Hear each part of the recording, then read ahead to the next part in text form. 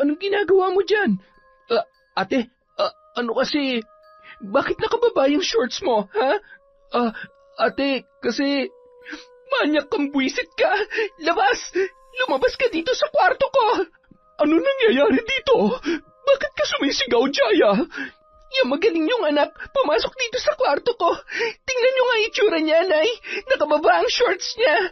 Wala matinong taong gagawa niyan habang natutulog ako. Nay, nagkakamot lang ako kaya nakababa yun. Bakit ka pumasok sa kwarto ko habang mahimbing ako natutulog? Kahit sino makakita sa'yo na ganyan ang ayos mo, hindi maniniwalang wala kang ginagawang kagaguhan. Bahala nga kayo sa gusto nyo isipin. Makapanghusga kayo, kalaan nyo naman. Taon 2016. Bukidnon. Binasa ni Jaya ang nakasulat sa dumating na text message sa kanya. Iniimbitahan na siya para sa interview sa inaplayan niyang trabaho. Napabuntong hininga na lamang ang dalaga imbis na matuwa. Karamihan kasi sa mga yon ay kunwaring interview lamang, ngunit mayroon ng nakalaan para sa posisyon. Para sa kanya, sayang lamang ang kanyang gastos. Ilan na ang kanyang inaplayan pero kahit isa ay wala pa ring tumatanggap sa kanya. Nakatapos naman siya ng kolehiyo kahit na ilang taon ang inabot niya roon dahil siya ay working student. Akala niya kapag nakatapos na siya ng pag-aaral ay magkakaroon na siya agad ng magandang trabaho para makatulong sa kanyang inang si Belinda na mag-isang naghahanap buhay para sa kanilang magkakapatid. Pero hindi pala ganoon ang realidad na sasalubong sa kanyang buhay. Bukod sa problema sa pera, isa rin sa iniisip ni Jaya ang kalagayan ng bunso nilang kapatid na si Lela na mayroong autism spectrum disorder. Gusto niyang ipadoktor ang kapatid pero dahil alam niyang magastos yun ay hindi pa niya magawa para sa bata. Mas kailangan niyang unahin ang kakainin nilang lahat at ang pambayad sa kuryente. Mabuti na lamang libre ang tubig nila dahil may poso silang mapagkukunan sa labas ng kanilang bahay. Pananahi ang hanap buhay ng ina ni Jaya. Siya naman ang taga-deliver ng mga tinahing kortina, bedsheet at kung ano-ano pang pinapatahi sa kanyang nanay. Hindi nila maasahan sa gawaing yun ang kapatid niyang si Jude dahil palagi na lamang yung wala sa bahay. Wow! Buti naman at alam mo pa ang daan pa uwi dito sa bahay. May ginawa ako, ate. Talaga? Ano naman ang ginawa mo? Kala mo naman kung sino kang napakahusay sa buhay, nasa barkada ka lang naman. Puro kayo happy-happy. Wala nang pera, inom pa ng inom. Pwede ba, ate? Pakialaman mo na lang yung sarili mo. Di naman ako nanghihingi ng pang-inom sa inyo, Tsaka kung isusumbat mo sa akin lahat ng binibili nyo, huwag ka na mag-abala. Dahil hindi naman ako kumakain dito sa bahay. Doon ako kumakain sa barkada ko, natanggap ako. Na pamilya ang turing sa akin. Di mabuti para sa'yo. Pero sana naman, di ba, marunong ka rin makiramdam? Nakakahiya naman ikaw ang kapatid ko, pero kailangan ko palaging humingi ng tulong sa pinsan nating si Paul para mabantayan si Lela habang naghahanap ako ng trabaho. Ako pa talagang pagbabantayin mo dyan? Malay ko ba sa pag-aalaga na may sakit sa pag-iisip? Tsaka andyan naman si nanay Busy sa pananahi si nanay. Halos maghapon siyang nakatutok sa pananahi para lang buhayin ang pamilyang to. Anong ibig mong sabihin? Wala akong silbi rito? Ganun ba, ate? Kung yan ang tingin mo, baka nga. Alam mo, Jude, hindi ko na kailangan sabihin pa sa iyong lahat ng dapat mong gawin. Maging responsable ka naman sa pamilyang to. Iparamdam mo naman sa amin na may isa pa kaming karamay. Anak ng teteng naman, Pakadrama mo naman, te. Madrama na ako madrama, pero yun naman talagang totoo. Buti pa hindi na ako umuwi rito, Jude naman, palagi nilang ba tayo mag-aaway? Pagod na ako. Tulungan mo naman ako, please lang, Ay, sige na. Sorry kung nasigawan kita, ate. Kung naman kasi, kadarating ko lang, niraratrat mo na naman ako. Pero para hindi ka na magalit, ako na muna mag-aalaga kay Lela bukas habang busy sa pananahi si nanay. Ikaw naman, sige, pwede ka na ulit mag-job hunting.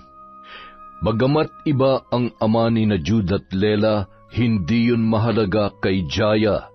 Kapatid ang turing niya sa dalawang yun, kahit na anong mangyari.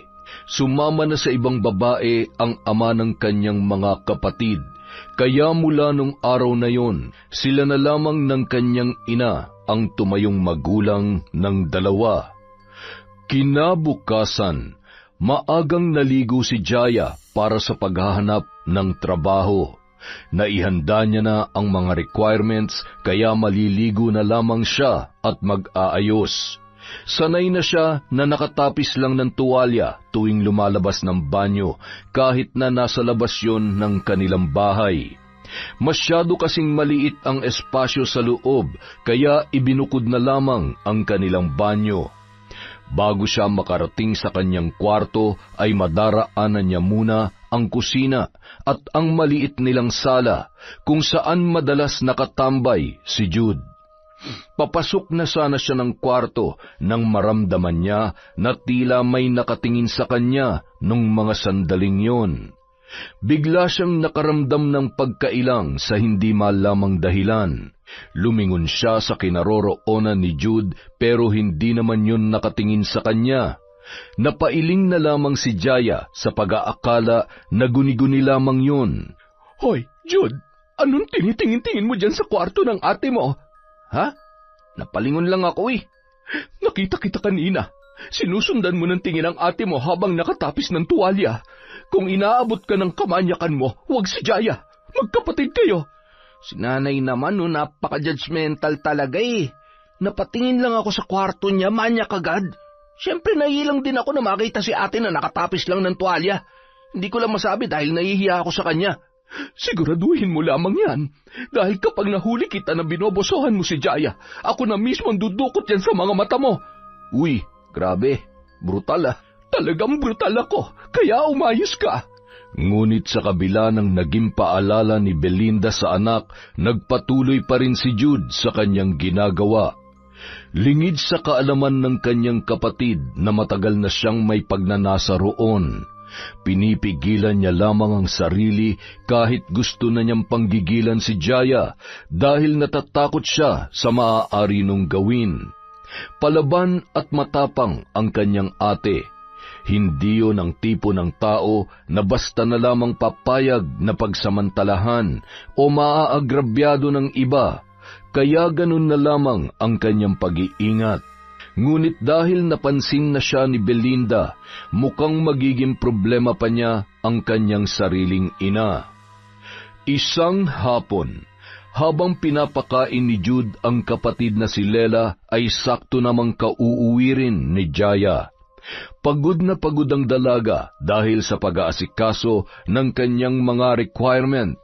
Dahil walang nangyari sa mga naunang inaplayan, nagpasya na lamang ang kapatid niya na magtrabaho abroad. Halos tumirik ang mga mata ni Jude nang dumaan sa harap niya si Jaya na nakasuot ng hapit na pantalon.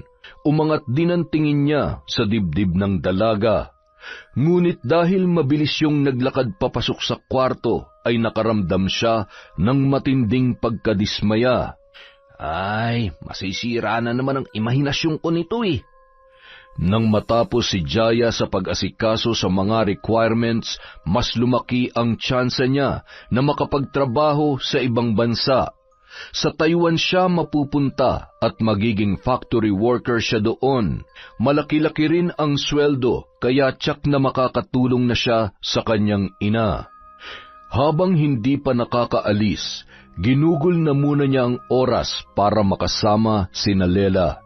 Pero dahil walang-wala pa siya, hindi na niya magawang ipasyal man lamang ang kanyang pamilya o mag-iwan ng kahit na ano bago siya umalis. Ate, wala ka man lang bang patikim dyan bago ka bumachi? Mamimiss ka pa naman namin. Wala pa nga akong pera, Jude. Kung meron lang, bakit hindi? Sa tingin mo ba hindi ko gugustuhin may maiwan man lang kay nanay? Matagal pa akong makakabalik dito kaya hanggat maaari sana, gusto kong may maiwan akong pera. Gusto ko yung maayos kayo bago ako umalis. May pera naman si nanay. Huwag mo na lang pilitin kung wala ka pa maibibigay, ate. Kapag naman nakapagsimula ka na ron, makakapag-abot ka na rin sa amin. Sigurado yan, di ba? Tumangot-tango na lamang si Jaya sa sinabing yon ng kanyang kapatid. May punto naman ang binata. Sa pagkakataong yun kasi ay ang nanay pa lamang nila ang may kinikita. Ngunit kapag nakasahod na siya sa trabaho, sigurado na makakapagpadala na siya sa kanyang ina. Ilang araw bago umalis si Jaya, hindi niya inaasahan ang gagawin ni Jude.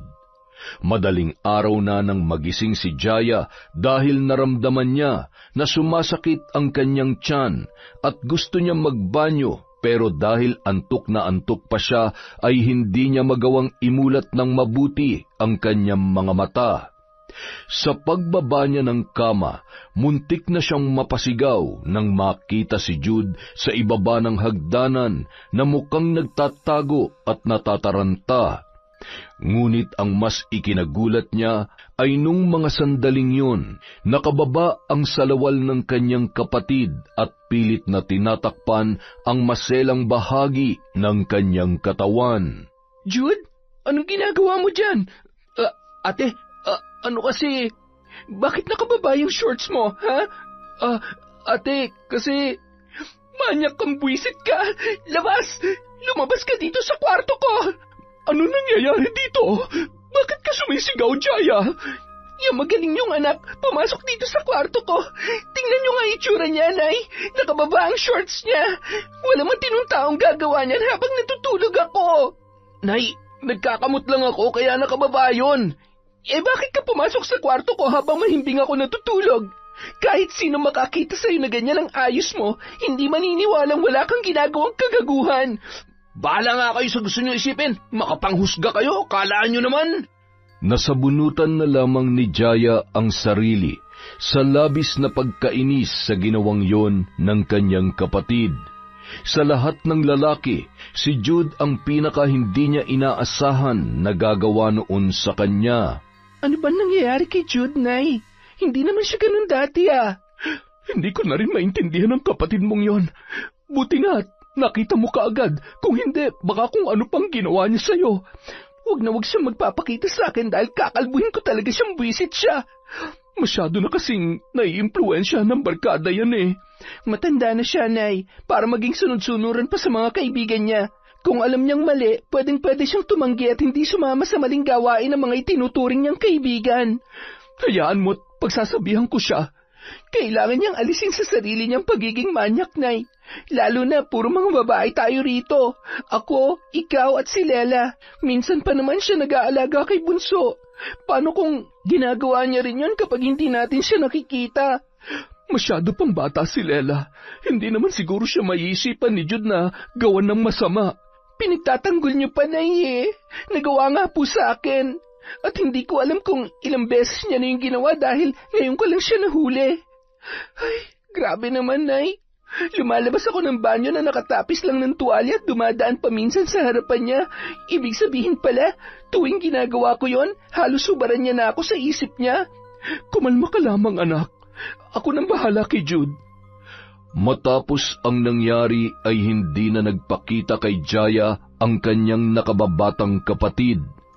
Umuuwi pa rin daw yun sa bahay pero gabi na dumarating at maaga ring umaalis para hindi sila magkita. Hindi ba talaga kayo mag-uusap ng kapatid mo bago ka umalis? Bakit ko naman po siya kakausapin, Nay? Para isipin niya na ayos lang sa akin yung ginawa niya? Kahit kailan hindi magiging ayos ang pagiging manyak niya. Paano kung gusto niyang humingi ng tawad sa'yo? Nay, kung gusto talaga niyang humingi ng tawad at nagsisisi siya sa ginawa niya, noon niya pa sana ginawa. Pero nasan siya ngayon? Hindi ko man lang maramdaman na nagsisisi siya. Pero anak, mas maganda pa rin kung pag-uusapan ninyo. Malay mo naman, makinig sa iyong kapatid mo at matakot nang gawin ulit yon. May takot siya sa iyo, Jaya. Mas makikinig siya sa iyo kesa sa akin. Masyado kasi kayo mabait, Nay. Palagi niyo nalang pinagbibigyan si Jude kaya namimihasa. Dapat sa kanya pinapalayas na dito Anak naman, huwag ka naman ganyan sa kapatid mo.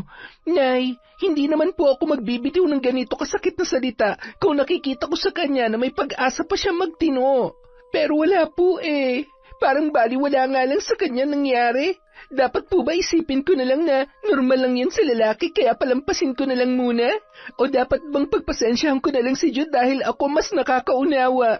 Sawa na ako, Nay. Nakakapagod rin na lagi na lang ako ang umiintindi. Sana naman kahit minsan, yung isang anak niyo naman ang mag-adjust at maging responsable.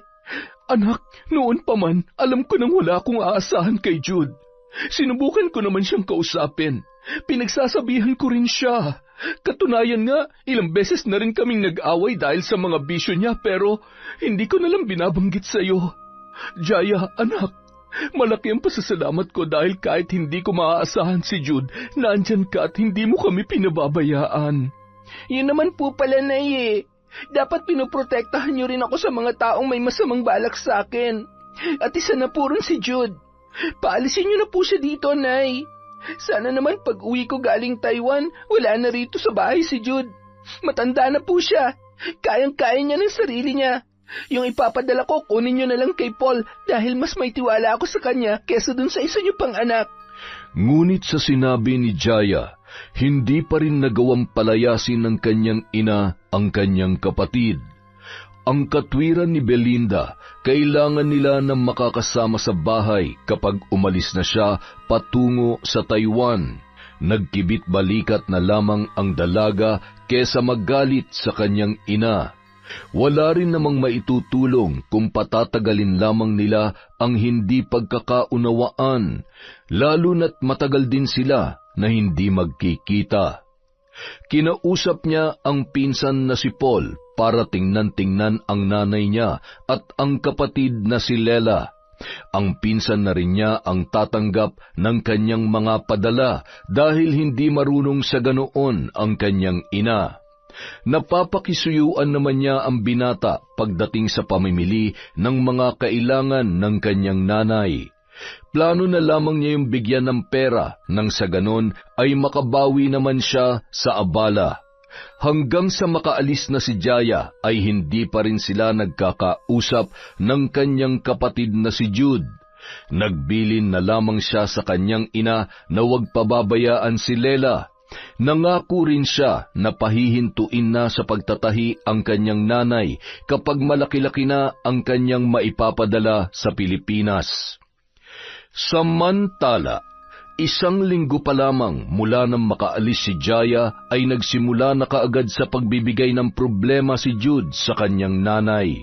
Umuwi na lasing ang binata at may kasama yung babae na tansya ng ginang ay menor de edad pa. Tulad ng anak ay lasing na lasing din ang naturang dalaga. Jude, sino yan? Mukhang ang bata pa niyang kasama mo ah. Siyota ako, Nay. Kumalma lang kayo dyan. Di naman ako magsasama ng babaeng ayaw sa akin eh. Kaya kahit sinong isama ko, walang halong pamimilit yon. Kahit na, menor de edad pa yan. Pwede kang kasuhan ng mga magulang kapag... Ako kakasuhan? Wala ngang kapalag-palag to sa akin. Gustong-gusto niyang sumama sa mga lalaki kaya wala na rin siyang pinagkaiba sa mga pokpok dun sa beer house, Nay. Ay nako, Jude. Kapag may sumugod lang talaga dito sa bahay dahil sa babaeng yan, malilintikan ka sa akin. Nay, hindi niyo naman ako pwedeng pagbawalan pagdating sa hilig ko sa mga babae. Lalaki ako. May pangangailangan. Kung hindi ako makakabembang, mahirapan ako niyan, Nay. Sa dami ng problema sa pamilyang ito, yan pa talaga mas iniisip mo? Kay gutom o pangangailangan ko bilang lalaki, pareho lang yun mahalaga. Kung di nyo kayang tanggapin ang ginagawa ko, di huwag nyo na lang akong tingnan. Diyos ko naman, Jude. Kailan ka ba magiging responsable, ha? Kailan ka pa maaasahan sa pamilyang ito? Kung tinutularan mo lang sana ang ate mo, mas maayos naman. Yan! Yan! Ayan na naman kayo sa walang kamatayang pagkukumpara nyo sa amin ni ate. Hanggat hindi ka nagtitino, hindi rin ako titigil sa pagkukumpara sa inyong dalawa. Di gawin nyo. Kalaan nyo naman babaguhin ko ang sarili ko para lang maging tulad ni ate. Ganito na ako noon pa. Kaya kung ayaw nyo sa akin, pues magtiis kayo dahil kasalanan nyo kung bakit ako pinanganak. Kung hindi kayo bumuka ka kay tatay nun para mapabembang, hindi sana, hindi ako nabuo. Napakabastos mo talaga. Wala kang modo. Ano naman ngayon? Anong gagawin nyo? Ha? Hindi lang ganyang pambabastos ang kaya kong gawin sa inyo. Eto pa, Ano ba? Bitawan mo ang balikat ko. Lumayo ka sa akin. Eto, lalayo na. Alam mo kung ako sa'yo, Nay, tatahimik na lang ako eh. Hayaan mo na lang ako sa ginagawa ko para hindi tayo magkaroon ng problema, ha? Pero sa susunod na kontrahin mo ako, hindi mo na magugustuhan ang gagawin ko sa'yo. Kung noon ay buong tapang na napagsasabihan ni Belinda ang anak, nung mga sandaling yun ay tila nakaramdam siya ng takot sa mga salitang binitawan ni Jude. Kaya naman, sa kabila ng pagtutol ay nagbingi-bingihan na lamang si Belinda habang pinakikinggan ang paggawa ni Jude ng kalaswaan sa kabilang silid, kasama ang dalaga na iniuwi ng binata. Paggising niya kinabukasan, tila walang pakialam sa presensya niya ang anak dahil harap-harapan nung pinapakita ang kahalayan sa mismong hapagkainan. Dali-daling kinuha ni Belinda ang anak na si Lela para ibalik sa silid, nang sa gayon ay hindi noon makita ang ginagawa ng kanyang kuya. Sa kabila ng kondisyon, hindi dapat makasaksi ng ganong kalaswaang pangyayari ang bata, kaya ganoon na lamang ang pag-iingat ni Belinda. Ngunit kung ang sariling ina ay nagagawang patahimikin ni Jude, kabaliktaran naman noon ang pinsang si Paul na nakakapansin na rin sa kalokohan ng lalaki. Tiya, ganyan po ba talaga palagi si Jude? Parang tuwing punta ko na lamang dito, ibang babae ang kasama niya. Mamaya makabuntis yan at kayo pa mamroblema. Ay nako, ilang beses ko na siyang pinagsabihan pero hindi naman nakikinig sa akin. Parang wala lang siyang naririnig. Tita, hindi makabubuti kay Lela kung dadalhin niya pa rito sa bahay ang mga kalaswaan niya. Kawawa naman yung bata. Bago pa nga lang natin natuturuan ng mga bagay-bagay tapos ganun na makikita. Tita, kitang-kita mismo ng mga mata ko si Jude. Nakapatong sa dinala niyang babae rito at sa sala pa nila ginagawa yun. Kung nasa matino siyang pag-iisip, maiisip niyang pwede yung makita ni Lela. Alam naman niya yun eh, pero binantaan niya ako, Paul. Hindi ko raw magugustuhan ang gagawin niya kapag nakailam pa ako sa kanya. Dapat po hindi kayo pumapayag sa ganun, tita. Kayo dapat ang sinusunod niya, hindi kayong sumusunod sa kanya. Kung gusto niyo, ako nang kakausap sa kanya, tita eh. Hindi pwede magpatuloy siya ng ganun. Isa pa, nagtatanong din sa akin si Ate Jaya, kinukumusta niya kayo. Pwede bang huwag mo na lang sabihin ang tungkol sa ginagawa ni Jude? Siguradong magagalit si Jaya. Tita naman, magagalit po talaga yun. Kung nandito nga lang si Ate Jaya at nakikita yung ginagawa ng kapatid niya, baka pinalayas niya na yan eh. Ang totoo niyan, pinapaalis niya na talaga si Jude. Ayaw lang umalis ng pinsan mo. Nagmamatigas pa rin. Siguradong kapag pinilit ko siya, magwawala siya rito at baka saktan pa kaming dalawa ni Lela. Kung ganun, dito na lang po muna ako matutulog, tita. Huwag na, maaabala ka pa. Pupuntahan na lang kita kapag kailangan namin ng tulong. Sapat na sa akin na tinutulungan mo ko kay Lela. Malaking bagay na yon, lalo na't kailangan ko pa ring manahi para may panggastos kami habang hindi pa nagpapadala si Jaya. Ako kasi ang kinakabahan sa kalagayan niyo, tita eh. Laging lasing si Jude. Baka nga gumagamit na rin na ipinagbabawal na gamot yun eh, kaya ganun na lang kalakas ang loob na pagsalitaan kayo ng masama. Kung mapapatunayan man ha, gumagamit talaga siya ng ipinagbabawal na gamot. Ako na mismo magpapahuli sa kanya. Isusuko ko siya sa mga pulis. Yun ay kung sasama siya sa inyo, tita. Kung ngayon pa lang hindi niyo na siya napapasunod, mahirap po yung sinasabi ninyo. Ang mabuti pa, sabihin na lang natin kay Ate Jaya para siya na mismong kumausap kay Jude. Walang kamalay-malay si Paul na nakikinig sa usapan nila ang kanyang pinsan na noon ay kararating lamang sa bahay matapos ang kanyang nakasiping na babae. Naikuyom ng binata ang kanyang kamao. Alam mo, kahit kailan talaga bida-bida ka eh, no? Ngunit gustuhin man niyang sugurin si Paul, hindi pa yon ang tamang panahon para gantihan niya ang kanyang pinsan. Tiyak na makakarating yon kay Jaya. Kapag nalaman ng kapatid niya na may ginagawa siyang kalokohan, baka hindi na yon magpadala ng pera. Buo na ang plano niya mula nang umalis si Jaya. Alam niya na hindi sa kanya ipapadala ng kapatid ang pera kundi kay Paul dahil mas pinagkakatiwalaan yon ng kanyang ate. Kaya naman, kapag hawak na ng kanyang ina ang pera, saka siya gagawa ng paraan na makuha yun para makinabang din siya sa pinaghirapan ni Jaya. Hawak niya sa leeg ang kanyang ina kaya hindi yun magiging mahirap para sa kanya. Ngunit isang gabi, matapos makipag-inuman sa mga kabarkada, sinubukan niyang puntahan si Ana, ang babaeng nakasiping niya nung nakaraang gabi. Nang makarating siya sa bahay ng dalaga, ay wala yun doon. Sabi ng mga kasamang babae, umalis daw kasama ang isang kano na siyang nagpainit ng kanyang ulo. Gusto niya laging kasama si Ana dahil yun lamang ang babaeng madali niyang napapasunod. Nagagawa niya ang gusto niya nang hindi yun tumatanggi. Ngunit sa nalaman niya na may ibang lalaking kasama ang dalaga, nahiya siyang sumama sa mga barkada niyang may kakaibang plano nung gabing yon. Bawat isa sa kanila ay magdadala ng babaeng kapareha at saka sila magpapalit-palit sa oras ng kanilang kasiyahan. Dahil doon, umuwi na lamang si Jude. Mainit ang kanyang ulo at nakarami na rin ng nainom, kaya halos lahat ng nakakasalubong niya ay hinahamon niya ng away. Ano ba naman yan, Jude? Gabing-gabi na. Magdahan-dahan ka naman sa pagbukas ng pinto.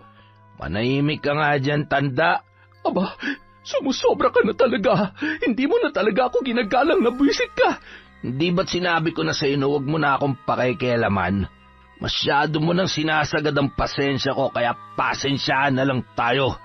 Nagulat na lamang si Belinda nang bigla siyang undayan ni Jude ng suntok sa sikmura. Kaagad na nanghina ang ginang at muntik nang mabuwal sa sahig. Ngunit kaagad siyang nahawakan ng kanyang anak at buong lakas na kinaladkad patungo sa kabilang silid. Tila isang hayop na hayok sa pagkain na inalis ng binata ang saplot ng kanyang ina. Nang mga sandaling yun, hinang-hina si Belinda at hindi na makalaban pa dahil masyadong malakas ang kanyang anak.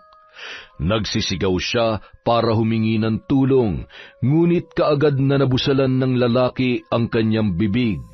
Hanggang sa naging impit na lamang ang sigaw na yon.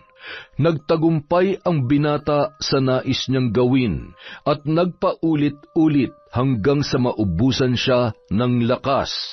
Nagnilid na lamang ang luha ni Belinda nung mga sandaling yon.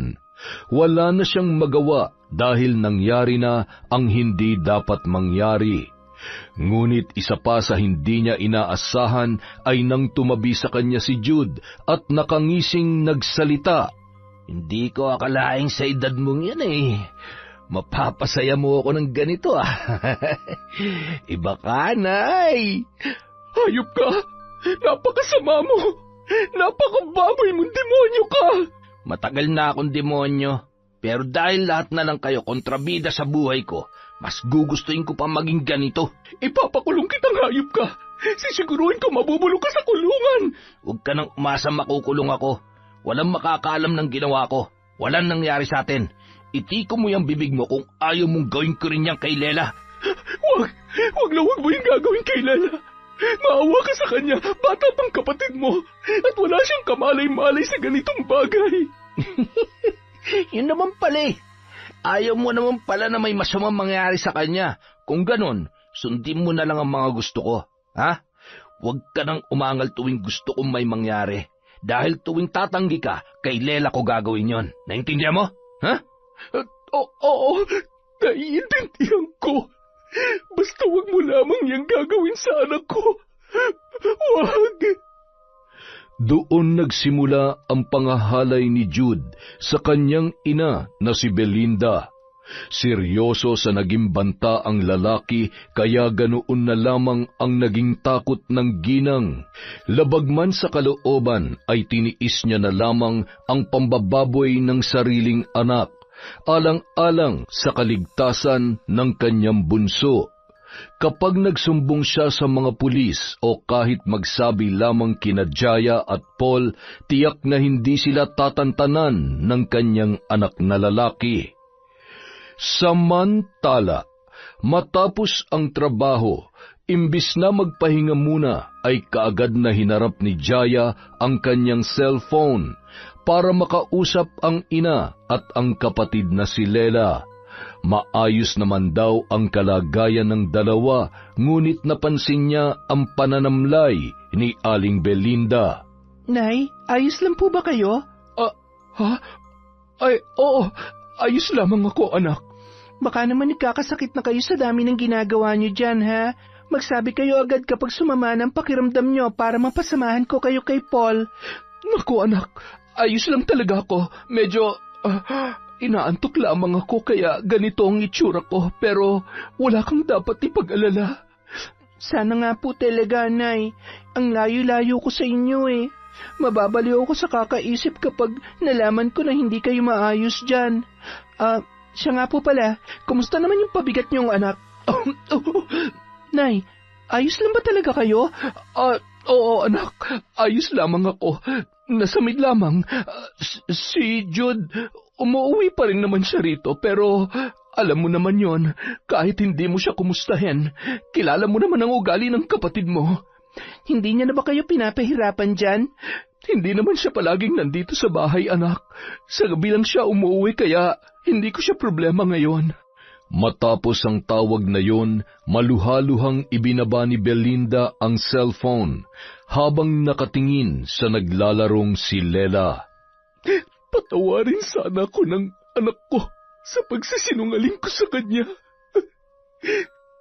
Sa kabila naman ng sinabi ng ina ay tila may kakaiba pa rin sa pakiramdam ni Jaya nung mga sandaling yon. Kaagad naman yung napansin ng kanyang katrabahong Pinay na si Dahlia. Mahigit 10 taon ang tanda sa kanya ng babae, pero hindi yun naging hadlang para maging malapit silang magkaibigan. Si Dahlia ang tumayong ate ni Jaya mula na magpunta siya roon. Matagal na kasing nagtatrabaho sa Taiwan ang babae, kaya yun ang nagturo sa kanya at tumulong na makapag-adjust kaagad. Ayos ka lang ba? Parang ang lalim ng iniisip mo, nakausap ko kasi si nanay kanina, Ate Dahlia. Oh, nakausap mo naman pala eh. Bakit ang lungkot-lungkot mo pa rin? Para kasing may hindi sinasabi sa akin si nanay eh. Ang sabi niya lang, ayos lang daw sila, pero may napansin ako sa itsura niya. Yung para bang wala siyang maayos na tulog. Ay baka naman may sakit. Yun nga rin ang duda ko, pero sabi niya wala naman daw siyang sakit. Ay nako, baka wala naman talaga. Huwag mo nang masyadong pag-alalahanin ng sarili mo. Sigurado kong ayos lang ang nanay at kapatid mo ron. Buti ka nga, pwede mo silang tawagan kahit anong oras. Yung sakin, nakakausap ko lang kapag hihingi sila ng pera. Maswerte talaga ako na nakakausap ko sila ng ganon at alam kong maayos ang buhay nila. Pero alam ko rin kapag may problema, hindi talaga nagsasabi si nanay. Ay, hindi ko maintindihan kung bakit nag-aalala ko ng ganito. Buti pa tawagan ko na lang din si Paul para makasiguro. Ay nako, mabuti pa nga, kesa naman napapraning ka dyan. Saka lamang napalagay si Jaya na makausap ang kanyang pinsan. Ngunit lingid pa rin sa kanyang kaalaman kung anong klaseng kademonyohan ang ginagawa ni Jude sa bahay habang walang ibang nakakakita. Mula nung araw na nagtagumpay si Jude sa kanyang ina, hindi na siya nagdala pa ng ibang babae sa bahay. Kung makakasama man niya ang mga babaeng bayaran, ay nagmomotel na lamang sila, o di kaya ay naghahanap ng ibang lugar para makapagpalipas ng oras. Ngunit sa pag-uwi sa bahay, walang pagkakataon na hindi pumapasok si Jude sa silid na tinutulugan ng kanyang ina. At tanging sila lamang ang nakakaalam kung ano ang nangyayari sa loob ng kwartong yon. Hanggang isang gabi, Napadaan doon ang ama ni Paul na si Paeng. Medyo nakainom pa noon ang lalaki kaya nagmamadali ng makauwi. Ngunit tila nawala ang kanyang kalasingan nang sa pagdaan niya sa bahay ni Belinda ay narinig niya ang malakas na ungol ni Jude na tila labis na nasisiyahan sa kanyang ginagawa. Dala ng kuryosidad ay lumapit siya sa mismong bahay, partikular sa labas ng kwarto na kinaroroonan ng lalaki. Iba ka talaga. Kahit matanda ka na at gabi-gabi nating gawin to, hindi ako magsasawa sa'yo. Nanlaki ang mga mata ni Paeng dahil sa kanyang narinig. Ngunit gustuhin man niyang sumilip sa may bintana para makasiguro kung ano ang nangyayari, ay hindi niya na magawa. Nakababa kasi ang kurtina ng bintana at medyo may kakapalan yun, kaya hindi nakikita ang loob ng kwarto mula sa labas. Napakurap-kurap pa noon si Paeng sa pag-aakalang guni-guni lamang ang kanyang narinig. Ngunit napagtanto niya na tunay ngayon. Dali-dali siyang umuwi para sabihin sa anak na si Paul ang tungkol doon. Ano po? Tay, nakainom kayo? Baka guni-guni nyo lang yun. Yung nga rin ang akala ko kanina pero hindi. Malinaw kong narinig ang boses ni Jude. Hindi lang nagsalita si Belinda pero sigurado kong siyang sinasabihan ni Jude kanina. Kung hindi lang nakababa yung kurtina nila di sana nakita ko. Tay, mabigat na paratang yung sinasabi ninyo. Sigurado ko na hindi papayag si Tita Belinda na gagalawin siya ng sarili niyang anak. Magwawala yun sa galit. Naisip ko nga rin yan. Pero paano kung tinatakot na palang tiyahin mo? Alam mo naman na mabisyo yung pinsan mo. Iba ng takbo ng utak noon kaya hindi malabong mangyari na pagsamantalahan niya ang sarili niyang ina. Pero tay, mahirap kung sasabihin lang natin na narinig mo lang. Kung hindi naman natin nakita sa akto o kung hindi si tita magsasabi mismo, hindi tayo paniniwalaan. Pero paano rin kung nangangailangan na pala ng tulong ang tiyahin mo? Ay, ang hirap naman nito. Hindi naman natin pwedeng basta na lang akusahan si Jude. Kilala niyo naman ang ugali nun. Siguradong tayo panlalabas na masama. Kapag kinanti siya, hindi siya papayag na hindi tayo mababalikan. Nag-aalala nga ako kay Belinda. Baka pwedeng doon ka na muna anak para mabantayan mo sila ni Lela. Isa pa ang batang yun. Baka mamaya hindi na natin alam kung anong ginagawa ni Jude sa kapatid niya. Sige tay, para mapanatag na tayo pareho. Doon na muna ako sa bahay ni na Tita Belinda matutulog. Sa kabila ng naging pagtutol ni Belinda na doon muna tumuloy si Paul para may makasama ang mag-ina ay hindi na siya nagpapigil pa. Nagsabi na rin siya kay Jaya para sakaling paalisin siya roon ni Jude ay meron siyang idadahilan. At sa unang gabi pa lamang ni Paul sa bahay na yun, napansin niya na kaagad ang kakaibang kinikilos ng kanyang tiyahin, lalong-lalo na ang kanyang pinsan. Umuwi si Jude ng gabing yon na medyo nakainom. Mainit ang ulo ng lalaki at hindi maipinta ang muka nang makita si Paul na nakahiga sa mahabang upuan sa sala. Aligaga ang kanyang pinsan. Hindi yon mapakali na parabang may nais gawin na hindi magawa-gawa dahil sa kanyang presensya. Maya-maya pa, hindi na nakatiis si Jude. Bakit ba nandito ka? May masama ba? Madalas naman talaga ako nandito Wow! Makapagsalita ka, parang dito ka na talaga nakatira. Ate mo nagsabi na dito muna ako para may katulong si tita sa pag-aasikaso kay Lela. Nandito ako, di ba? Hindi ka kailangan dito. Hindi mo nga kayang bantayan si Lela buong araw Napakayabang mo talaga no? Ano akala mo sa akin? Inutil at walang ibang kayang gawin? Ikaw nagsabi niyan. Umalis ka rito! Kausapin mo muna si Ate Jaya. Sabihin mo sa kanya na pinapaalis mo ako rito. Kapag pumayag siya, madali naman akong kausap Uuwi ako kaagad. Buisit. Hirap kasi pag may sip-sip dito Masyadong pumapapil.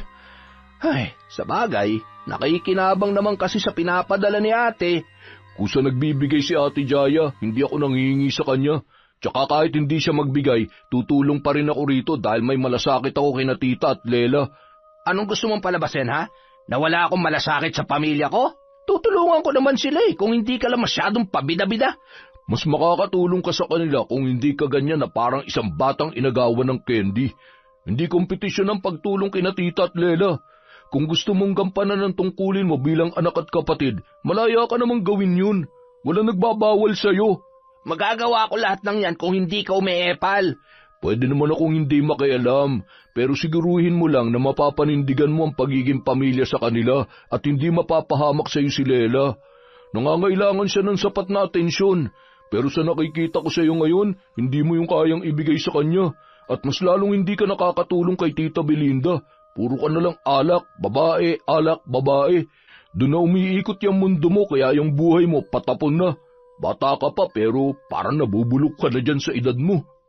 Dahil na-insulto si Jude sa mga sinabi ng kanyang pinsan, hindi na nakapagpigil pa ang lalaki. Inundayan siya ng suntok noon, ngunit mabilis niya yung nailagan. Hindi niya yon ginantihan. Umiwas lamang siya sa kanyang pinsan, pero dahil hindi siya magawang saktan, ay mas lalo yung nanggalaiti. Nagwala si Jude at sinira ang ilang gamit sa bahay. Nagtaka naman si Paul nang makita si Belinda na naluluha at nakatulala na lamang sa ginagawa ng anak. Nanibago siya sa ikinikilos ng tiyahin dahil dati nagagawa pa noong pagsabihan ang kanyang pinsan. Pero sa pagkakataong yun, naramdaman niya ang takot at pag-aalinlangan sa kanyang tiyahin. Tita, may nangyayari po ba dito sa bahay niyo na hindi ko alam? Wala, Paul. Ayos lang talaga kami rito. Tita naman, magsabi na po kayo ng totoo. Nag-aalala na po talaga ako sa inyo. Kahit hindi kayo magsalita, nararamdaman ko na may inaalala kayo at hindi totoo na ayos lang kayo rito. Sige na, tita. Baka po makatulong ako. Paul, umuwi ka na mamaya. Kaya na namin ni Lela dito. Hindi po pwede, tita. Nagsabi na po ako kay Ate Jaya na dito na muna ako sa inyo para masamahan ko kayo. Paul, wag na.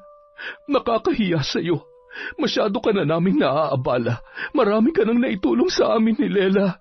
Hindi naman po ako nagbibilang ng tulong, kaya hayaan nyo na lang po ako, tita. Tsaka kahit ano pa po ang sabihin nyo, hindi na magbabago ang desisyon ko.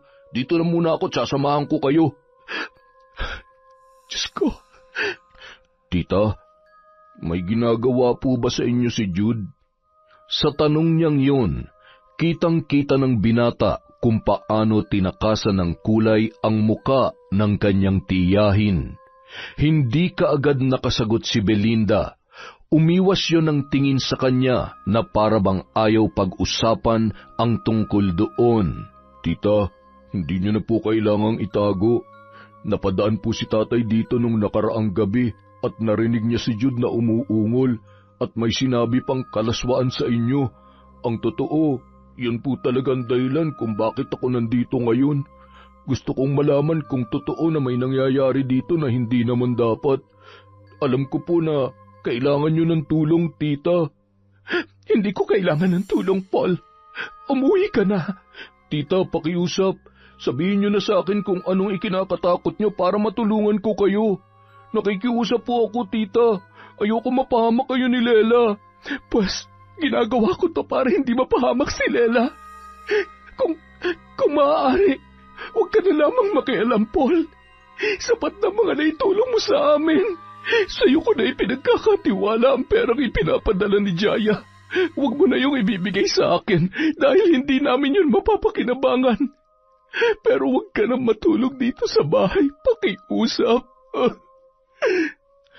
Dahil halos ipagtulakan na ni Belinda, ay napilitan na si Paul na umalis na sa bahay na yun. Sinabi na lamang niya na pupunta-puntahan si Lela pero hindi na siya roon matutulog. Ngunit ang ikinangingit-ngit ng kanyang kalooban ay ang naging desisyon ng kanyang tiyahin. Batid niyang may hindi magandang nangyayari pero hinahayaan lamang ng ginang. Imbis na umisip ng mas magandang solusyon ay mas lalo pang pinapalala ang sitwasyon. Nakumpirma ang hinala ni Paul at Paeng nang biglaan siyang pumunta sa bahay ng kanyang tiyahin isang gabi.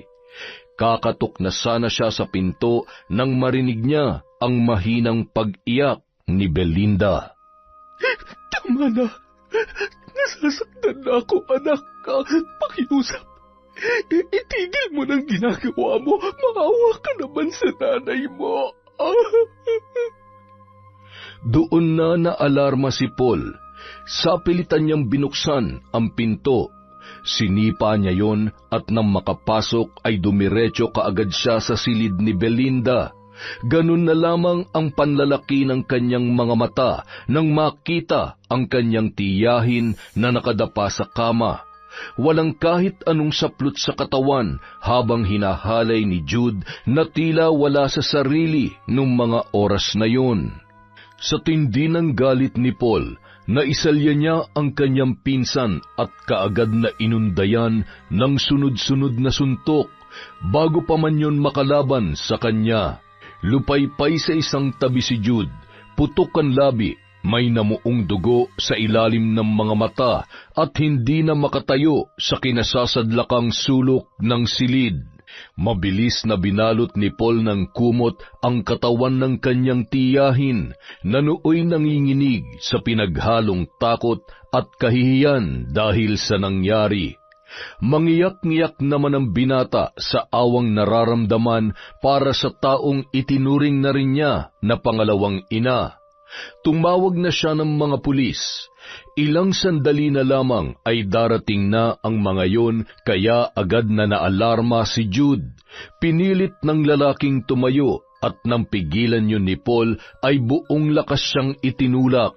Hinabol niya ang pinsan, ngunit hindi niya na nakita kung saan yun pumunta. Binalikan na lamang niya si Belinda para damayan sa nangyari. Kailan niya pa po ito ginagawa sa inyo, tita? Mag-iisang buwan na. Ano? Ganun na katagal? Tita naman, kung nagsabi kayo kaagad sa akin, hindi na sana tatagal ng ganun ang pambababoy niya sa inyo. Hanggat maaari, ayaw ko kayong sisihin dahil biktima rin kayo rito, pero tita, maling-mali rin po na nananahimik lamang kayo. Binantaan niya ako na gagawin niya rin yun kay Lela. At alam kong kayang-kaya niya yun, Paul. Kung ako nga na sarili niyang ina, nagawa niyang halayin. Ayoko mapahamak si Lela. Pero sana sinabi niyo sa akin para nailayo ko kayo sa kanya. Nandito naman ako tsaka si tatay eh. Kayang-kaya namin kayong tulungan, tita. Ang kailangan niyo lang sanang gawin ay magsalita nung una pa lang ito nangyari. Pasensya ka na, Paul. Nadadamay ka ba sa problema naming mag-iina? Walang problema sa akin na madamay, tita. Ang gusto ko, maging ligtas kayo ni Lela dahil siguradong mag-aalala rin sa inyo ng sobra si Ate Jaya. Nang gabi ring yun, nakarating kay Jaya ang ginawa ng kapatid niyang si Jude sa sarili nilang ina. Halos magwala siya sa galit nang malamang isang buwan nang hinahalay ni Jude si Belinda. Pero dahil hindi pa siya agad makakauwi ng Pilipinas, si Paul at ang kanyang tiyuhing si Paeng na lamang muna ang nag-asikaso sa mag-ina. Walang magawa si Jaya kundi ang magngit-ngit sa galit. Gustuhin man niyang sugurin si Jude at paulit-ulit na saktan dahil sa ginawang kababuyan sa kanilang ina ay hindi niya magawa dahil malayo ang kanyang kinalalagyan. Nagtatago na si Jude noong mga panahong yun.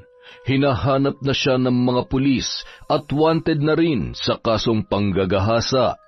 At dahil sa banta sa buhay ni Belinda at Lela ay doon na muna nanatili ang mag-ina sa bahay nila Paul. Samantala, isang gabi, sumama sa pangingisda si Paeng kaya si Jude lamang ang naiwang kasama ng tiyahin at pinsan. Maya-maya pa napansin niya na mainit si Lela hanggang sa mapagtanto nila na nilalagnat na pala yun. Dahil wala na silang stock ng gamot at wala ring nadala sa pagpunta roon ang mag-ina, kinailangan munang umalis ni Paul para pumunta sa pinakamalapit na tindahan. Ngunit lingid sa kanyang kaalaman, isang lalaki ang naghihintay lamang ng pagkakataon para sumugod sa bahay na yun. Walang iba kundi ang galit na si Jude. Kaagad na napalingon sa bumukas na pintuan si Belinda sa pag-aakalang nakabalik na ang kanyang pamangkin. Ngunit nanlaki ang kanyang mga mata nang makita ang muka ng kanyang anak. Nanlilisik ang pagkakatitig noon. Bigla yung ngumisi nang makita silang dalawa ni Lela. Jude, parang awa mo na. Huwag mo kaming sasaktan. Huwag sasaktan? Ginawa niyo akong kriminal. Pinaghahanap na ako ngayon ng mga pulis dahil sa inyong dalawa at sa gagumpol na yon. Anak, huminahon ka. Pakiusap. Pag-usapan na lamang natin to. Huli na para sa lintik na pag-uusap na gusto niyo, Anay. Buo ng desisyon ko. Ngayong gabi, sisiguruhin kong hindi na kayo dadatnan ni Paul ng buhay. Sa ilang minutong lumipas sa bahay na yon, tinadtad ni Jude ng saksak ang sariling ina at ang nilalagnat pa na si Lela. Brutal ang ginawa ng lalaki, habang ang bunsong kapatid niya naman ay inilagay pa niya ang katawan sa loob ng drum na puno ng tubig. Matapos magtagumpay sa ginawang krimen, nakangisip ang nilisan ni Jude ang bahay bago pa man makabalik ang kanyang pinsan. Samantala, pauwi na noon si Paul nang mapansin niya ang isang lalaki. Napatakbo siya ng mga sandaling yun, at pagbukas niya ng pintuan, napasigaw na lamang siya nang makitang nakahandusay na ang kanyang tiyahin sa sahig. Duguan at halos hindi na makilala dahil sa karumal-dumal na kalagayan. Tita! Teka! Si Lela! Nasaan si Lela? Lela!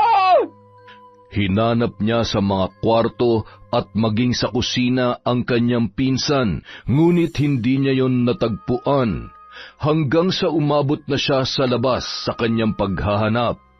Nang magawi siya sa may poso kung saan nakalagay ang isang drum na pinag-iimbakan nila ng tubig, tuluyan na siyang napaluhod sa lupa sa kanyang nakita.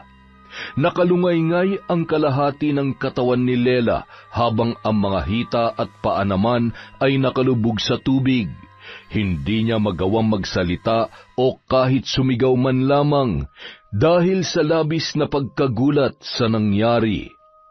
Ilang sandali pa, nagdatingan na roon ang mga kapitbahay para mag-usisa matapos marinig ang pag-iingay ng binata.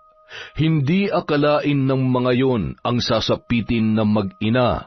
Maging si Paul, natulala na lamang nang dumating doon ang mga pulis. Nang makauwi na si Paeng mula sa pangingisda, halos hindi rin yon makapaniwala sa kanyang natanggap na balita. Nakakapanghina. Hindi ako makapaniwalang magagawa ito ni Jude. Sarili niyang ina at kapatid. Ay nako, napakahayop. Hayop lang talaga makakagawa niyan sa kanila, Tay. Sigurado ka bang si Jude ang pumatay sa kanila? Sigurado po ako. Siya lang ang galing dito sa bahay. Tsaka siya lang din ang may motibo na gawin to kina tita. Mahuli lang talaga yung hayop na yon. Hindi ako papayag na hindi ako makaganti. Wala nang pinsan ko, Tay. Kawawa naman si Lela. Wala siyang kamalay-malay. May sakit pa siya nang pinatay ng demonyong Jude na yun. Lumabas lang ako para mabili ng gamot, Tay. Tapos pagbalik ko, wala na pala akong babalikan.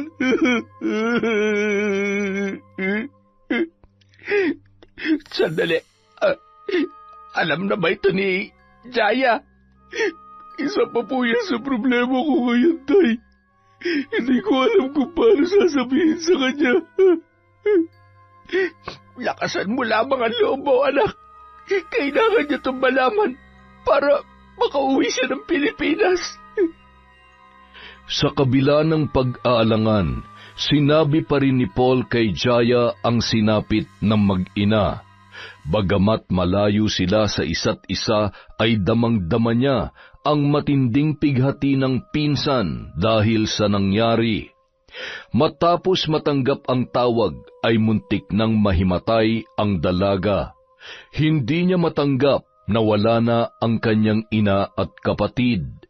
Halos hindi pa man lamang napoproseso ng isip niya na nagawang pagsamantalahan ni Jude ang kanyang nanay, ay dumating pa ang ganoon kabigat na balita sa kanya. Isa pa sa mabigat na problema ni Jaya ay hindi agad siya makakauwi dahil nagkaproblema ang kanyang mga papeles. Kaya naman, ganoon na lamang ang pagngingit-ngit ng kanyang kalooban. Kailangan ko may paghiganti ang nanay at kapatid ko, Ate Dahlia. Napakahayop ng ginawa ni Jude sa kanila. Hindi ako papayag na basta na lamang niya matakasan ang lahat. Gusto mo bang makapaghiganti sa kahit na anong paraan? Anong ibig mo sabihin, ate? May alam akong paraan, pero hindi ko alam kung handa kang sumugal. Kahit ano pa yan, Ate Dahlia. Desperada na ako makaganti sa hayop na yon. Para kahit hindi ako kaagad makauwi ng Pilipinas, sigurado na ako mabibigyan ng hustisya ang pagkamatay ni Nanay at Lela. Ituturo ko sa iyo ang alam kong paraan, pero dapat handa ka at matibay ang loob mo dahil makikipagkasundo tayo sa demonyo. Hindi na nagulat si Jaya nang sabihin sa kanya ni Dahlia na ang tanging paraang naiisip niya para makapaghiganti ay sa pamamagitan ng barang. Hindi yun madali dahil tulad ng sinabi sa kanya ng kaibigan ay kailangan nilang makipagkasundo sa dilim. Bata pa lamang ay palasimba na at madasalin ang dalaga. Yun pa lamang ang unang beses na makakagawa siya ng masama. Marahil ay dala na rin ng matinding galit para sa ginawa ni Jude sa dalawang mahalagang tao sa kanyang buhay. Wala na ang mga inspirasyon at pinakadahilan kung bakit sumubok siyang magtrabaho sa ibang bansa. Humanda ka, Jude. Ipaghihiganti ko si Nanay at Lela. Hindi ko hahayaang matakasan mo na lang basta-basta ang kasalanan mong hayop ka. Buhay ang kinuha mo sa akin, kaya sisiguruhin kong buhay rin ang magiging kapalit. Samantala, halos mabaliw naman si Jude sa pagkataranta nang malamang hinahanap siya ng mga pulis. Wala siyang malapitan, walang may gustong tumulong sa kanya. Kahit ang mga barkada niyang matagal niya nang nakakasama at laging nag-aaya sa kanya sa kasiyahan, ay tuluyan na rin siyang tinalikuran. Galit na sinipa ng lalaki ang katabing basurahan. Mukhang doon muna siya mananatili buong gabi. Ang ilalim ng tulay na puno ng basura ang pinakaligtas na mapagtataguan ng lalaki.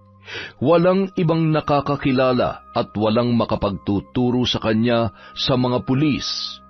Para naman sa isasagawang sakripisyo at sa kagustuhang matuto sa pambabarang, sumama si Jaya kay Dahlia sa isang tagong bahagi ng kagubatan. Naglalakihan ang mga puno roon at nakalawit din ang mahahabang baging na nakapulupot sa mga puno. Anong lugar ito, Ate Dahlia? Huwag mo nang alamin dahil tanging kami lang ang nakakaalam sa lugar na ito. Kami? May iba ka pang kasama? Meron kasi kaming samahan, Jaya. Kapag nagtagumpay ka sa plano mong makapaghiganti, magiging isa ka na rin sa amin. Ibig sabihin, lahat ng miyembro ng grupo nyo nakapatay na? Oo. Nakakakilabot mang isipin, nakikitil din sila ng buhay, ay inisip na lamang ni Jaya na mas mahalaga ang buhay ng mga taong nawala sa kanya kesa sa kanyang kukunin. Maya-maya lamang narating na nila ang isang malaking puno. Sa pagitan ng malaking ugat ay matatagpuan ang kagamitan sa pambabarang. Ginagamit daw ang mga yon sa pagtawag ng kampon ng kadiliman. Magbigay-pugay ka, Jaya. Nandito na tayo sa tahanan ng espiritu ng dilim.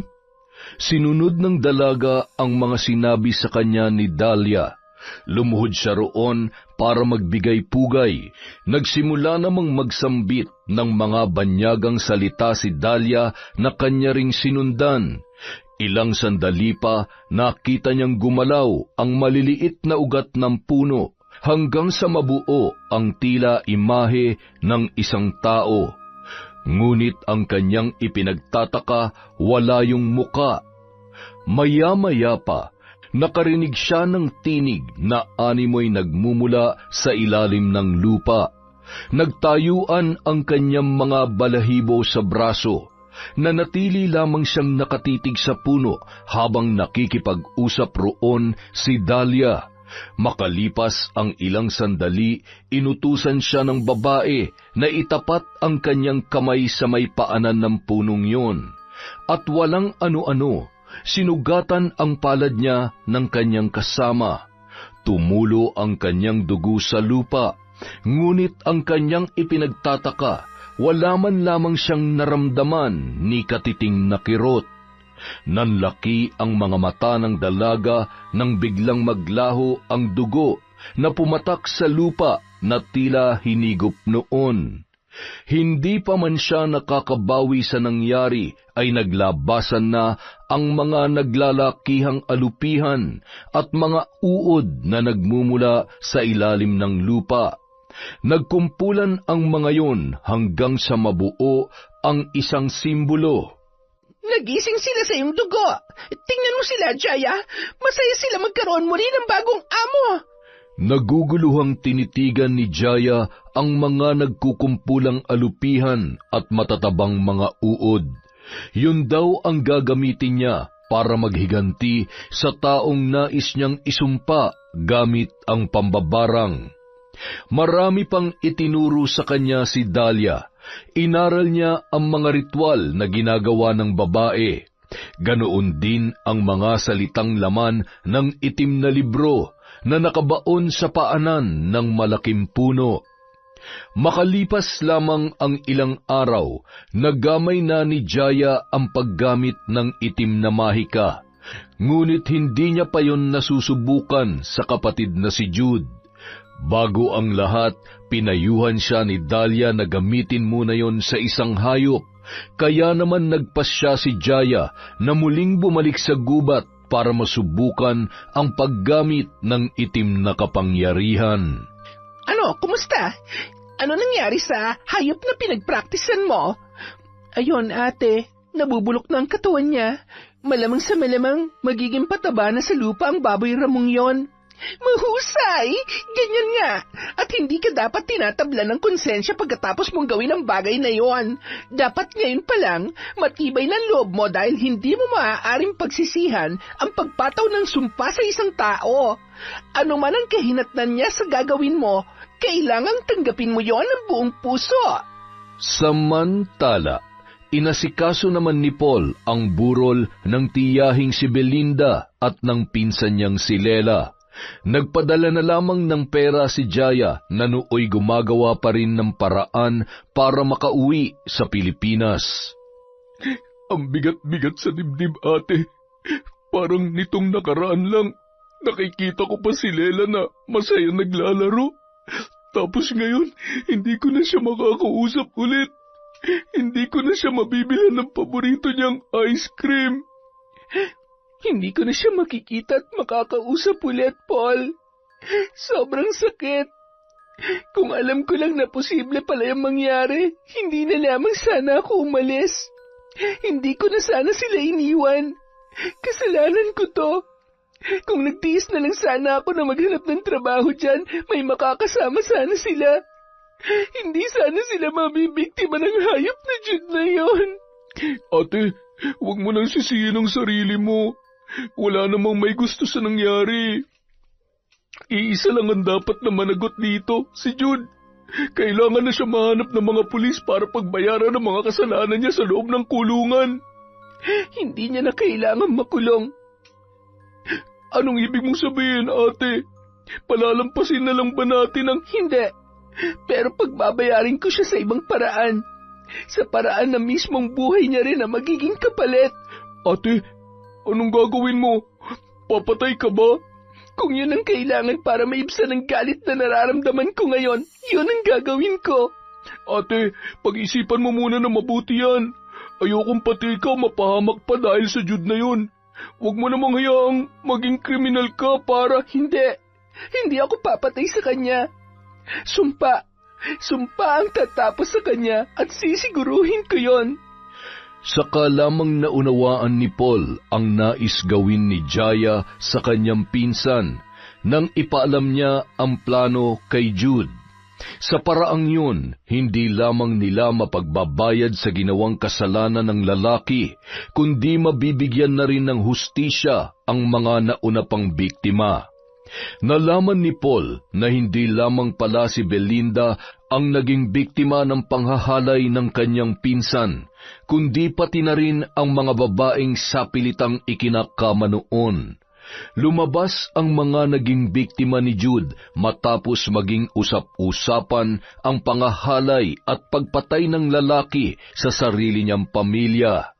Marami ang nagalit at gustong tumulong para mahanap yon, kaya naman lalong naging maingat sa pagtatago ang binata. Pagsapit ng umaga, kasalukuyang bumibili ng tinapay na almusal si Jude nang makita siya ng dating kakilala. Tinawag siya noon, ngunit imbis na makipag-usap ay kumaripas ng takbo papalayo. Nilukob ng matinding kaba ang kanyang dibdib sa pangamba na baka maituro siya ng sinumang makakakilala sa kanya. Hanggang sa matagpuan na lamang ni Jude ang sarili sa loob ng isang imburnal. Tiniis niya ang amoy ng mabahong tubig na dumadaloy roon, kasama ang mga daga at ipis na siyang namamahay sa ganoon karuming lugar. Buisit na buhay to. Hanggang kailan ba ako magtatago at tatakas sa mga yon? Hindi itong buhay na pinangarap ko para sa sarili ko. Nang sumapit ang gabi, saka pa lamang nagpasyang lumabas mula sa pinagtataguang imburnal ang lalaki. Hindi niya akalaing mararanasan niya magtago na parang daga sa ganoon karuming lugar. Pero sa kagustuhan niyang makaranas ng kalayaan, kailangan niya magtago at takasan ang pananagutan sa nagawang krimen. Samantala, mukhang umaayon naman kay Jaya ang panahon dahil pinayagan na siyang makauwi ng Pilipinas. Ngunit sa pagdating niya roon, nailibing na ang kanyang ina at kapatid.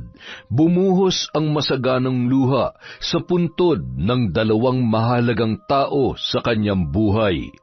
Ni hindi man lamang niya nasilayan ang mga yon kahit sa huling pagkakataon. Naikuyom niya na lamang ang kanyang kamao habang nakatitig sa magkapatong na puntod. Bibigyan ko ng hustisya ang pagkamatay niyo, Nay. Mananagot si Jude sa ginawa niya sa inyo. Lela, ang bata-bata mo pa para mawala sa mundong ito. Nang araw ding yun, isinagawa ni Jaya ang ritual sa tabi mismo ng puntod ng mga yumaong mahal sa buhay. Tinawag niya ang espiritu ng kadiliman upang makipagkasundo. Hindi niya nainisip kung ang magiging kapalit noon ay ang kalayaan ng kanyang kaluluwa. Nakasanla na sa kampon ng dilim ang kanyang buhay, kaya titiyakin niya na hindi mauuwi sa wala ang kanyang pagsasakripisyo. Biglang bumuhos ang malakas na ulan at gumuhit ang kidlat sa kalangitan. Sa lakas ng patak ay nahukay ang lupang pinagluluhuran ni Jaya, at mula roon ay lumabas ang naglalakihang alupihan at mga ipis na siyang papapasukin niya sa katawan ng taong nais niyang paghigantihan. Tinusok niya ang isa sa mga alupihan, gayon din ang ipis na busog at kumikintab pa ang balat. Humayo kayo't maging kasangkapan sa aking paghihiganti. Manood kayo sa bawat himaymay ng kanyang laman hanggang sa gumapang siya sa sakit at masiraan ng bait sa hirap na kanyang mararanasan. Hindi na babalik ang mga buhay na nawala sa kanya. Ngunit buo at sapat na ang kanyang kakayahan para kunin at ialay ang buhay ng kanyang kinasusuklaman sa bagong Panginoon na kanyang pinagsisilbihan.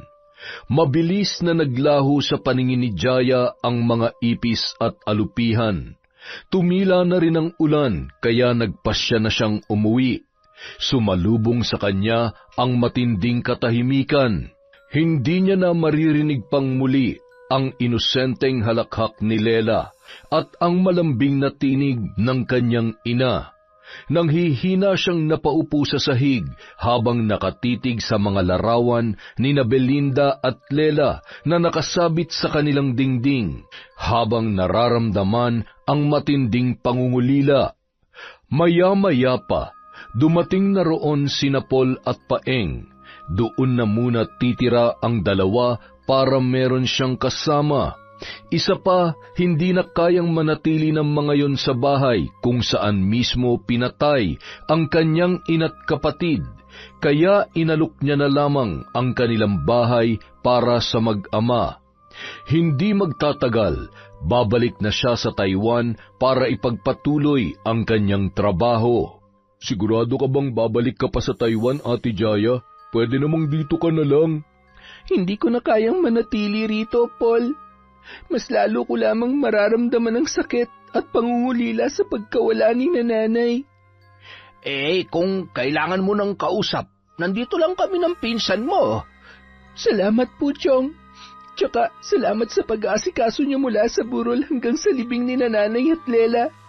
Hindi ko na po alam kung paano pa ako makakabawi sa inyo. Hindi mo naman kailangan bumawi. Ang mahalaga, mabigyan natin sila ng hustisya para matahimik na rin ang kanilang kaluluwa. Tama si tatay, ate. Masakit din sa amin na nangyari, kaya gagawin namin ang lahat para matulungan ka na mabigyan ng hustisya nangyari kina tita. May balita na ba sa kaso? May nakakita raw kay Jude sa bakery sa kabilang bayan. Kakilala niya nakakita pero ayun, kumaripas daw ng takbo. Takot na takot. Naghanap na raw at nagtanong-tanong doon ang mga pulis pero hindi na nila makita si Jude. Malamang sa malamang, nakalipat na yun ang bagong pagtataguan. Ngayon, alam na niyang pakiramdam na mamuhay na parang isang daga na tago ng tago. Pero patikim pa lang yan sa parusang nakahanda para sa kanya. Nakahanap na noon ng bagong matutuluyan si Jude. Nakita niya ang isang bakanteng bahay malapit sa ilog. Walang kapitbahay yun dahil masyadong liblib ang lugar. Nakakandado rin ang pinto. Mukhang matatagalan pa bago bumalik ang may-ari. Nagbabakasyon pa siguro may-ari nitong bahay. Dito na lang muna ako. Wala na akong ibang matutuluyan eh. Sinira niya ang kandado para mabuksan ang pintuan. Nang tuluyang makapasok ay sabik na sabik siyang humiga sa papag. Malinis pa rin yun, kaya mukhang kaaalis lamang ng nakatira sa bahay. May ilang delata pa roon at mga instant noodles, kaya agad siyang nagpaapoy para magluto ng makakain. Ang tanging problema niya lamang ay walang kuryente sa bahay, kaya gasera lamang ang magagamit niyang pang-ilaw. Kakaunti na rin ang gaas, kaya mahina na ang liwanag na tanglaw noon. Sa paghigop ni Jude ng sabaw, sunod-sunod siyang napaubo nang may bumara sa kanyang lalamunan. Laking pagtataka niya dahil wala namang sahog ang niluto niyang pagkain. Napatakbo siya sa lababo at sinubukang iluwa ang kanyang kinain. Ngunit kahit anong gawin niya ay hirap na hirap siyang ilabas yun. Tila kapit na kapit sa lalamunan niya ang anumang bumara doon. Ilang sandali pa, napansin niya na may kasama ng pulang likido ang kanyang isinusuka. Nang mailabas ang nakabara sa lalamunan, muntik na siyang mapasigaw nang makita ang malaking ipis na tila busog na busog pa dahil sa katabaan. Buhay pa yon at pinagpipiestahan ang dugo na kanyang isinuka. Saan to galing? Nang buksan niya ang takip ng kaldero para tingnan ang pinagkunan ng nilutong noodles, kaagad siyang napaatras nang makita ang nagkukumpulang mga ipis.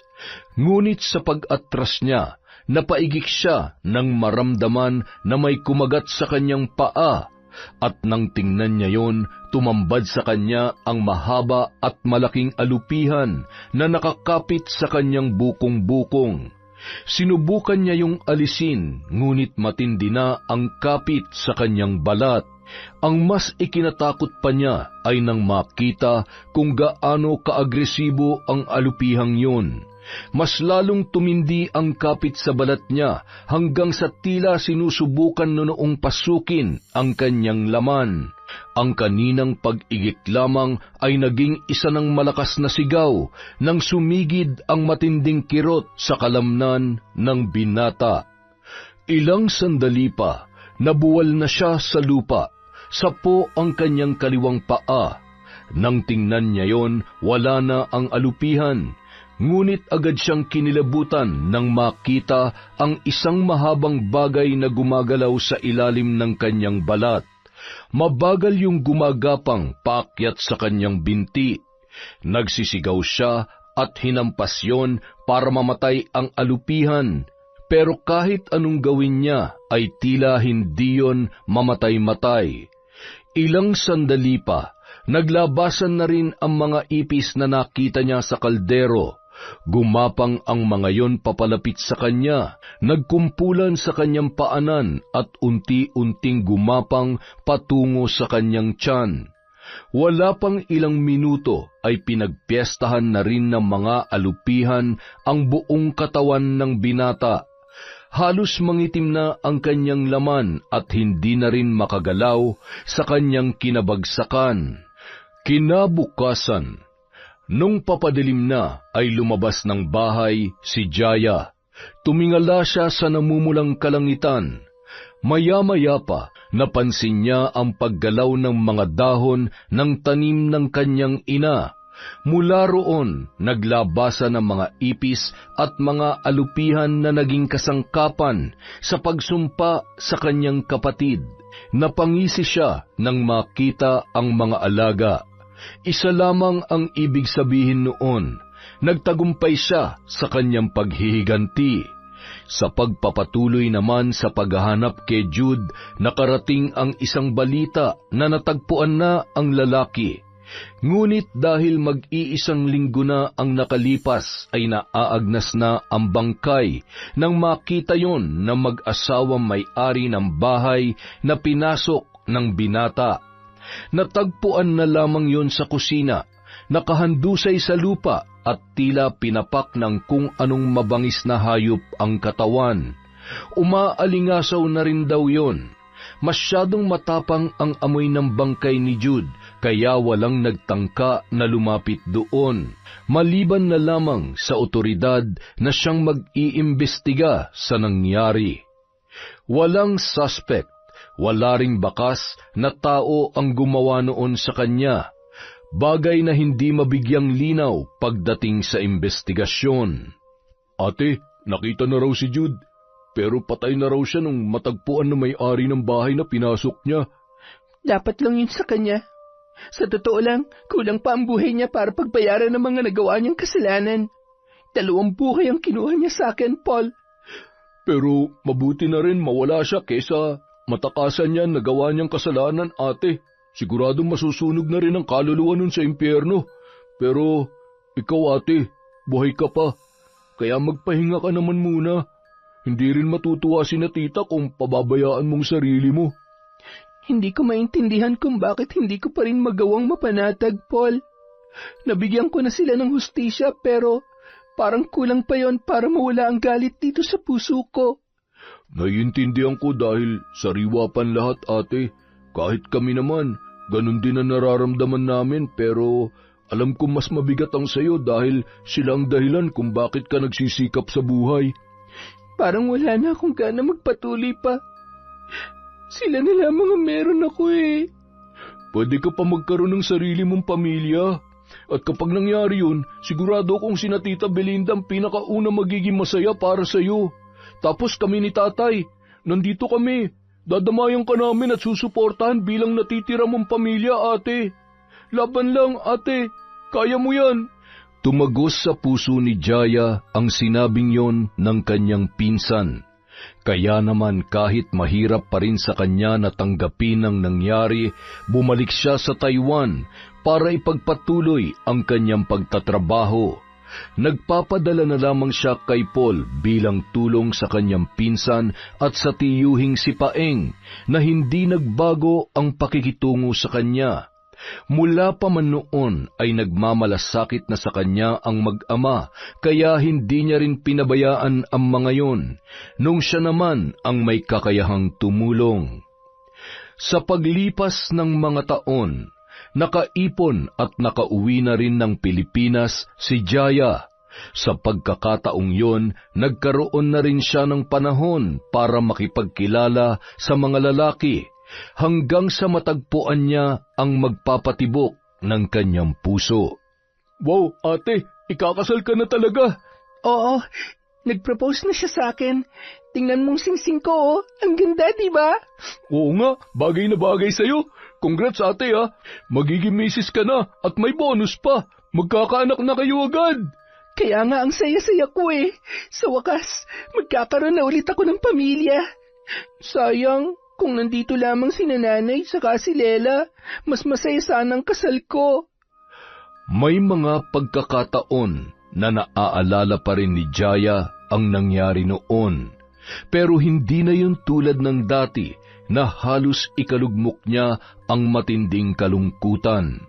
Malaking bagay na dumating sa buhay niya ang lalaking nagpatibok ng kanyang puso. Nabawasan ang galit at naging mas matimbang ang kagustuhang maging maganda ang kanyang buhay. Matapos ang kasal, nagsama na silang mag-asawa, may sarili na silang bahay. Binili nila yon gamit ang naipon nilang pera.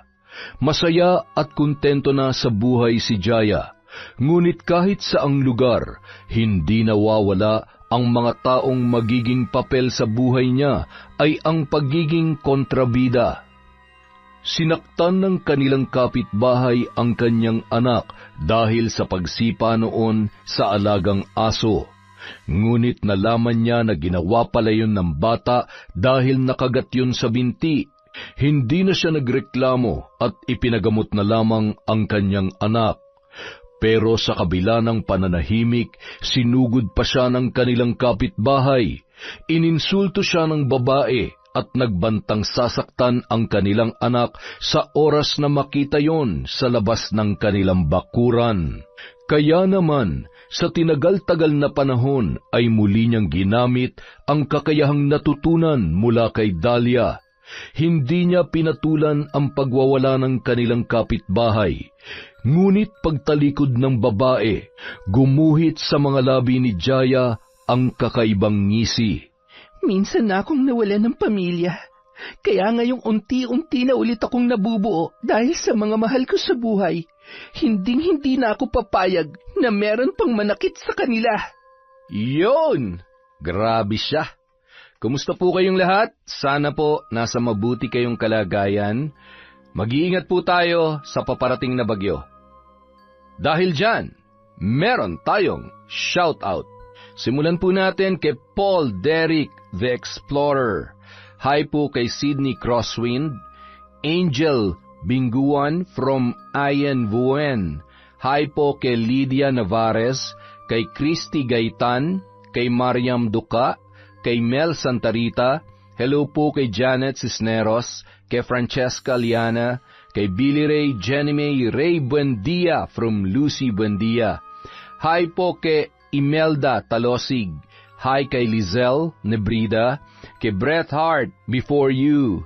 Hi din po kay Joseph Gajardo, kay Angeline Manalastas from Heriberto Valencia Jr.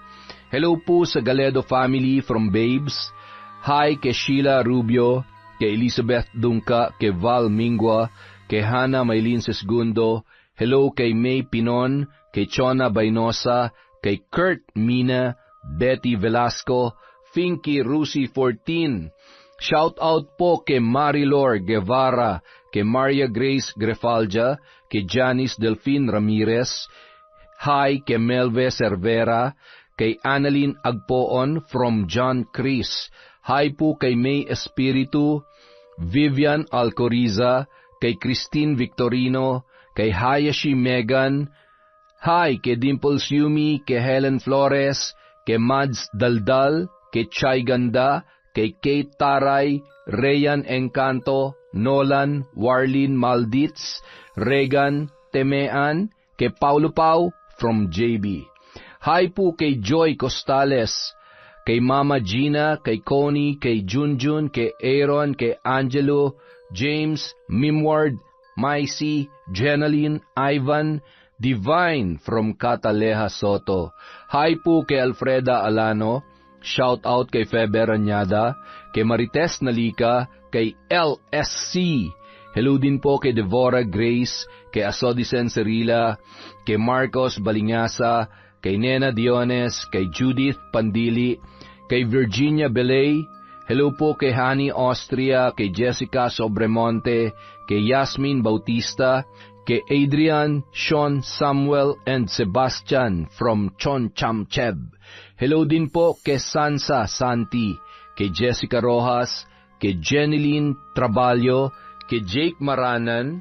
Hi kay Christy Evangelista, kay Loretta Bobes, at Jessa Laguna from Ryan Alba. At syempre, hi din po kay May Megs. Maraming salamat po sa walang sawang pagsuporta mula sa Kwentong Enteng.